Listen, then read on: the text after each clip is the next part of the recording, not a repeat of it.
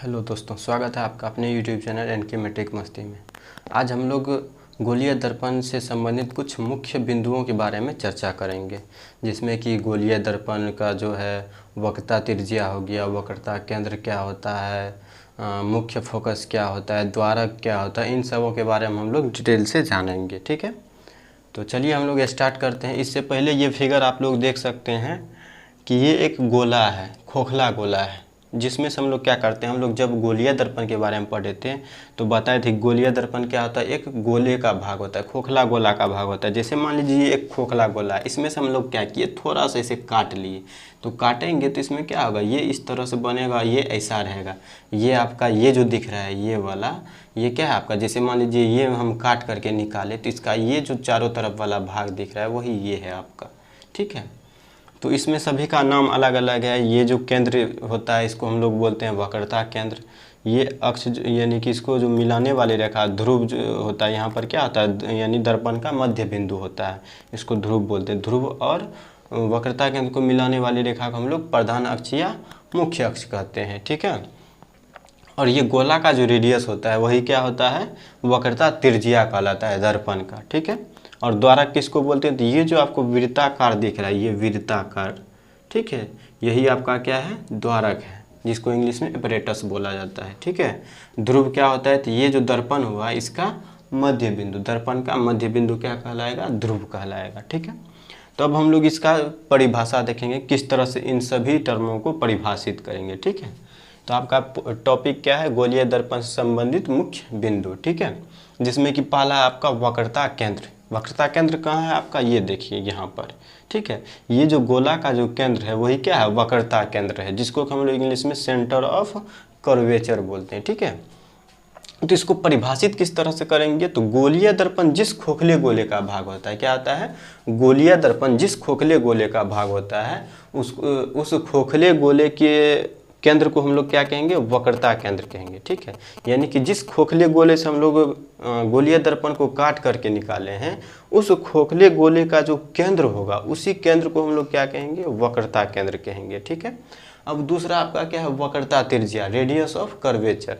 तो इसको हम लोग किस तरह से परिभाषित करेंगे, तो इसको भी उसी तरह से, यानी कि गोलीय दर्पण जिस खोखले गोले का भाग होता है उस गोले के त्रिज्या को हम लोग क्या कहेंगे, वक्रता त्रिज्या कहेंगे। ठीक है, जिस तरह से हम लोग इसको परिभाषित करें उसी तरह से इसको भी, सिर्फ यहाँ पे क्या हो गया कि गोलीय यानी कि गोले के केंद्रक को, यानी कि केंद्रक है तो केंद्रक को क्या कहेंगे, गोले के केंद्रक को वक्रता केंद्र कहेंगे। इसमें त्रिज्या, केंद्रक के जगह क्या आ गया, त्रिज्या आ गया। ठीक है, उसके बाद आपका आता है ध्रुव। ध्रुव क्या होता है, तो ध्रुव देखिए क्या होता है कि गोलीय दर्पण के मध्य बिंदु को हम लोग ध्रुव कहते हैं। गोलीय दर्पण जो हम यानी कि खोखले गोले से काट कर जो गोलीय दर्पण निकाले हैं वो अवतल हो या उत्तल हो। ठीक है, तो उसका जो मध्य बिंदु होता है यानी बीच का जो बिंदु होता है उसी को हम लोग क्या कहते हैं, ध्रुव कहते हैं। क्या कहते हैं, ध्रुव कहते हैं, और इसे हम लोग P से सूचित करते हैं। और यहाँ पर देखिए इसमें हम ये बताना भूल गए, वक्रता केंद्र को जो हम लोग क्या करते हैं, इसे C से सूचित किया जाता है। वक्रता केंद्र को हम लोग C से सूचित करते हैं और वक्रता त्रिज्या को R से सूचित करते हैं। ठीक है, ये याद रखिएगा। उसके बाद गोलीय दर्पण ये ध्रुव को किससे, P से सूचित करते हैं।